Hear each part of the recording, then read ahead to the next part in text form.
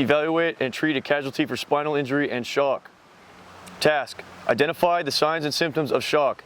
Evaluate and treat a casualty for spinal injury and shock. Condition: you are on a secure forward operating base in a non-CBRN environment.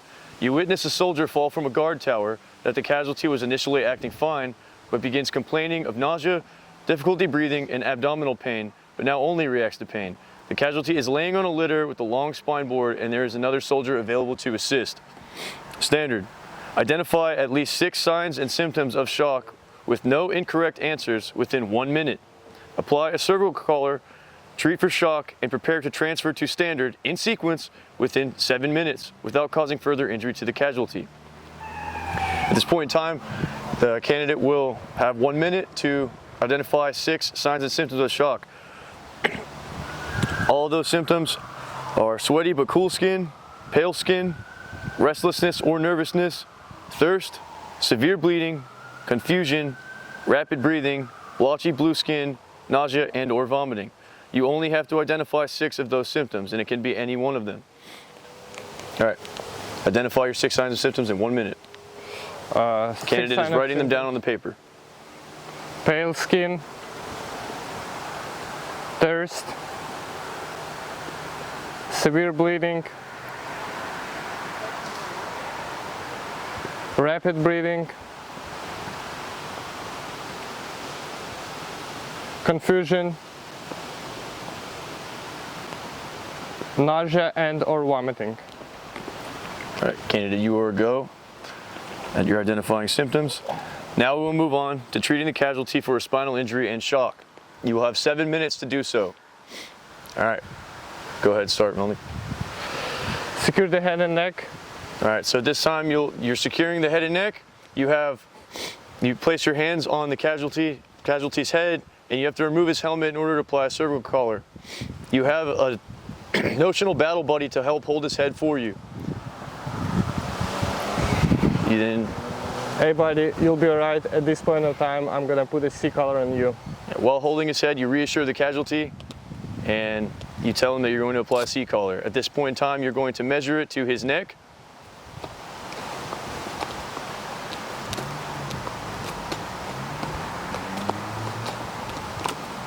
Is it broken? And this is notional when you're doing this, that your battle buddy is going to be holding the back of his head. Head and neck stabilized. At this point in time, your grader will verbalize head and neck immobilized. And that would be your battle buddy would be holding his head. Next step, you're going to secure the casualty to the spine board using the straps.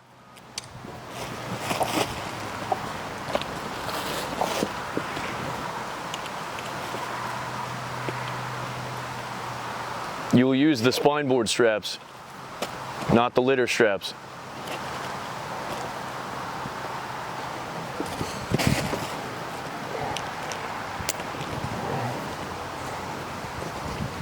All right. Your next step is going to be completely immobilizing the head so your battle buddy can work on this casualty elsewhere. Now you're going to take your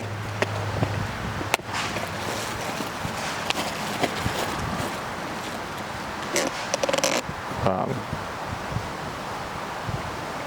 right, take that piece, pull on that so you secure his head, and then you're going to run a strap across the forehead of the casualty, ensuring that his head does not move.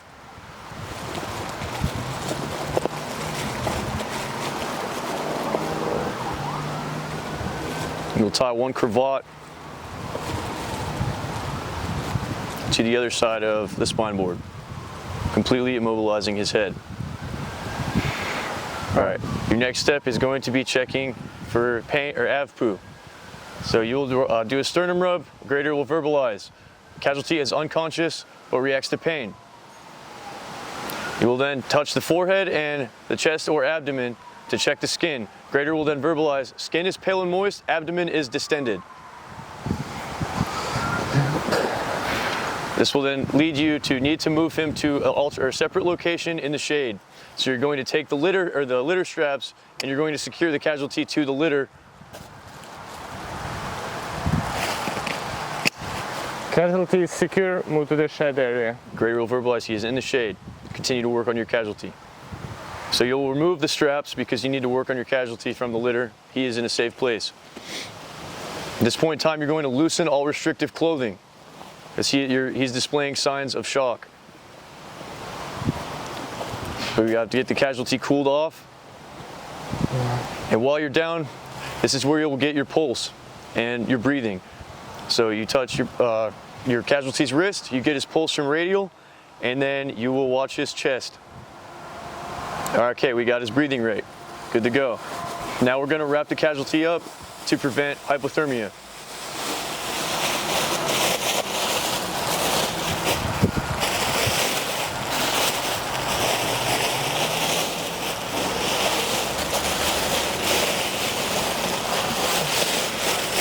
Note, when you're doing this and reaching over your casualty, do not place any body weight on the casualty as he has an injury, and that will further cause injury to the casualty, making you a no-go.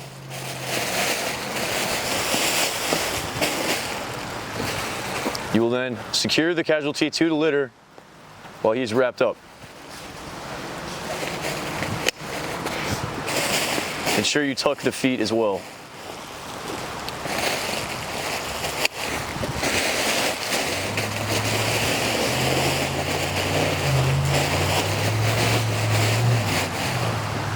At this point in time, you're going to reassure your casualty once he's fully packaged. Hey buddy, you'll be alright.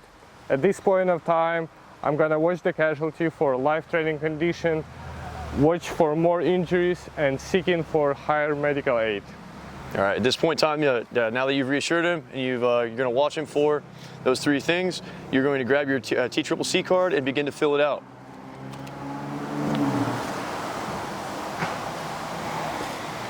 You will mark the evac as urgent. You will then write the date,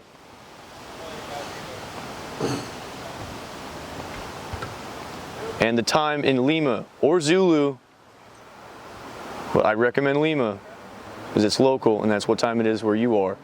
All right, and then he fell from a guard tower, so we're going to mark fall on the mechanism of injury.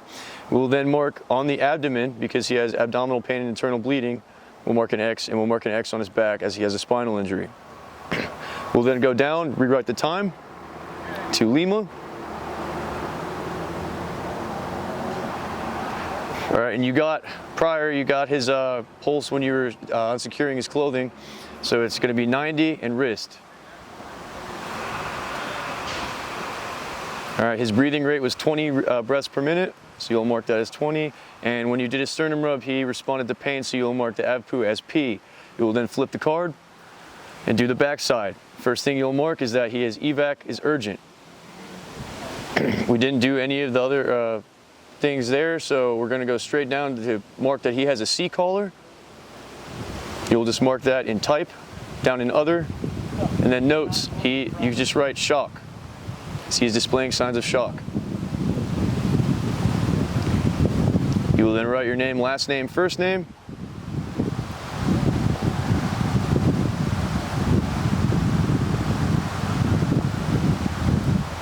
And your last four. You can use your social. I recommend using the last four of your DOD ID.